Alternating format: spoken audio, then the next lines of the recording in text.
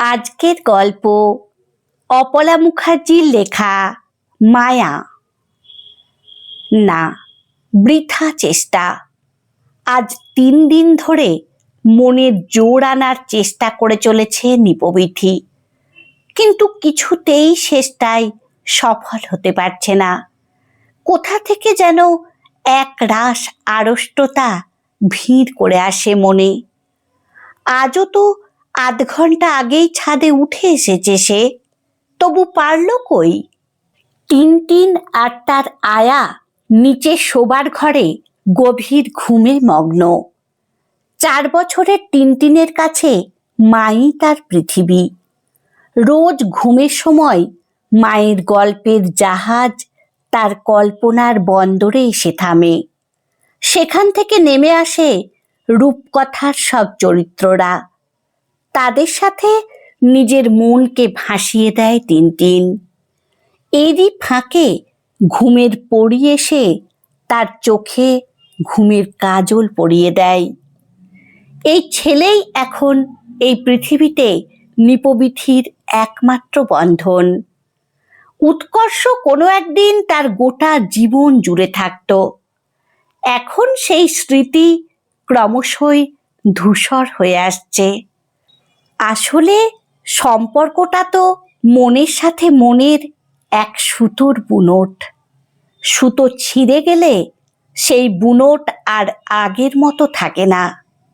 কে জানে, টিনটিন যখন বড় হয়ে যাবে তারও একটা নিজস্ব জগৎ তৈরি হবে।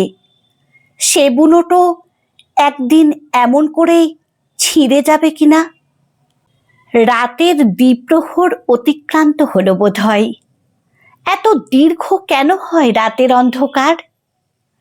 তবু যত দিন যাচ্ছে দিনের আলো যেন ধীরে ধীরে অসহ্য হয়ে উঠছে তার কাছে।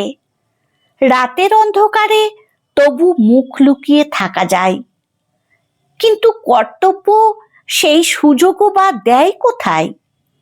ছেলেটার কথা মনে হলে নিজের না পাওয়ার যন্ত্রণাটা যেন তুচ্ছ মনে হয় তার কাছে। তবু মাঝে মাঝে নিজের মধ্যে জমাট বেঁধে থাকা ক্ষোভ বোমার মতো ফেটে পড়ে। আর এই দুঃসহ জীবন চির মুক্তির পথ খোঁজে। সেই মুক্তির খোঁজেই তো আজ ছাদে এসেছিল সে। উৎকর্ষের জীবন থেকে সে বিনা প্রতিবাদে সরে দাঁড়িয়েছে, নির্দ্বিধায় মুক্তি দিয়েছে তাকে।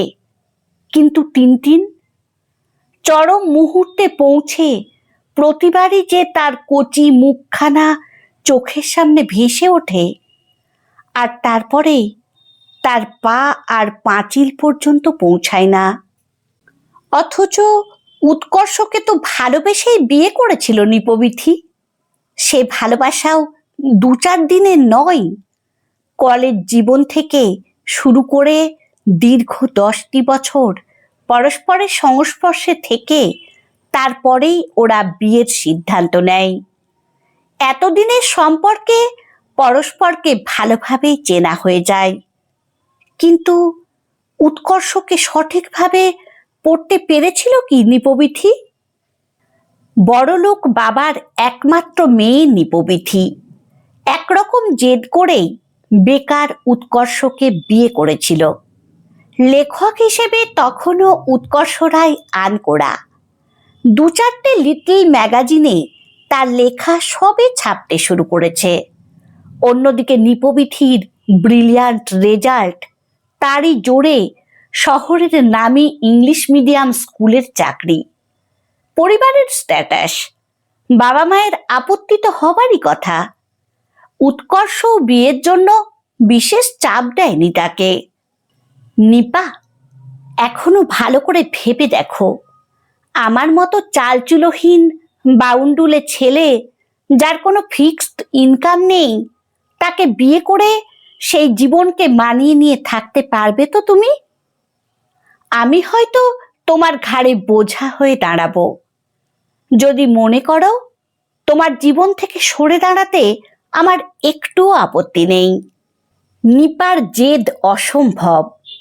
তার চোখ দিয়ে টপ টপ করে জল পড়তে লাগলো। উৎকর্ষ অপ্রস্তুত হয়ে গেল। এতটা আঘাত বোধহয় মেয়েটাকে না করলেই ভালো ছিল। এরপরে বিয়েটা আর আটকায়নি। নিপাকে নিজের বাপের বাড়িকে ভুলতে হয়েছিল, যদিও তার জন্য সে এতটুকুও দুঃখিত নয়।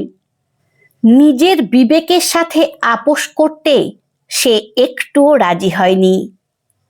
বেহালায় একটা স্যাঁতসেঁতে বাড়ির একতলায় 2 কামরা ভাড়া নিয়ে দুজন সংসারে অনভিজ্ঞ মানুষ নতুন পথে পা রেখেছিল। সামান্য কটা টিউশনির টাকা ছাড়া উৎকর্ষের আর কোনো সম্বল ছিল না। তাই জীবন ধারণের কঠিন লড়াইটা নিপাকেই লড়তে হতো। মাঝে মাঝে উৎকর্ষ হতাশায় ভেঙে পড়ত। তাকে সামলানো তো বড় একটা লড়াই ছিল। এরই মাঝে 1 বছর বাদে পৃথিবীর আলো দেখল উৎসব ওরফে টিনটিন। এত লড়াইয়ের মাঝখানে সে যেন এক ঝলক নতুন আশার সন্ধান। উৎকর্ষ আবার তার জীবনের লক্ষ্য খুঁজে পেল। ঝড়ের গতিতে ছুটতে শুরু করলো তার কলম। সত্যি বড় সুখের ছিল সেই দিন কটা। সারা দিন হাড় ভাঙা খাটুনির পরে ছোট্ট টিনটিনের আধো আধো বুলি তাদের সব ক্লান্তি দূর করে দিত। উৎকর্ষের প্রথম বই বাজারে বেরোনোর পরই অভূতপূর্ব সাড়া পাওয়া গেল। তারপরে আর তাকে পেছন ফিরে তাকাতে হয়নি। সাফল্যের সিঁড়ি বেয়ে সে ক্রমশ ওপরের দিকে উঠে যাচ্ছিল। স্বামীর গর্বে নিপার বুক তখন ভরে উঠত। কে জানতো এই সাফল্যই নিপার জীবন থেকে একদিন সমস্ত সুখ শান্তি ছিনিয়ে নেবে। খ্যাতির সাথে সাথে উৎকর্ষের সংসারের প্রতি আকর্ষণ যেন কমে আসতে শুরু করলো। সারা দিন স্কুলে অক্লান্ত পরিশ্রমের পর নিপা স্বামীর সাথে কথা বলে একটু হালকা হতে চাইতো। সারা দিন আয়ার কাছে থেকে টিনটিনও সন্ধে থেকে বাবার জন্য বায়না ধরত। কিন্তু বেশিরভাগ দিনই উৎকর্ষ সাহিত্যিক সম্মেলন আর কফি হাউসে কাটিয়ে ফিরত। বাড়িতে থাকলেও লেখার টেবিলেও তার রাতের অর্ধেকটা কেটে যেত। অপেক্ষা করে করে বিফল মনোরথ নিপা ছেলেকে বুকে জড়িয়ে ঘুমিয়ে পড়ত। উৎকর্ষের প্রতি তার অভিমানের পাহাড় প্রমাণ বোঝা জমতেই থাকল। এই সংসারটা কি শুধুমাত্র তার একলার? কোনো দায়িত্বই নেই উৎকর্ষের? চরম আঘাত এলো এর কিছুদিন পরেই। সাধারণত উৎকর্ষের মোবাইলে নিপা হাত দেয় না, তার ব্যক্তিত্বে বাধে। সেদিন উৎকর্ষ বাথরুমে থাকায় ফোনটা বেজে উঠতে সে বাধ্য হয়েই সেটা রিসিভ করে। সে কিছু বলার আগেই অন্য প্রান্ত থেকে মহিলা কণ্ঠ অজস্র অনুযোগে ফেটে পড়ে। উৎকর্ষ গত 4-5 দিন তার ফ্ল্যাটে যায়নি কেন? সে কি তবে আবার নিজের স্ত্রী সন্তান নিয়ে ব্যস্ত হয়ে পড়ল? এই তার অভিযোগ।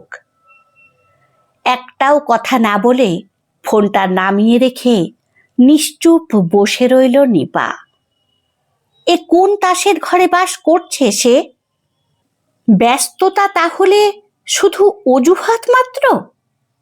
খ্যাতির সাথে সাথে স্তাবক জোটে এটা যেমন সত্যি, ভালোবাসার রঙও বদলে যায় সেটাও সত্যি। এরই জন্য কি একদিন সব কিছু ফেলে পাগলের মতো ছুটে এসেছিল সে? উৎকর্ষ বাথরুম থেকে বেরোতেই তার দিকে ঠান্ডা চোখে তাকালো নিপা।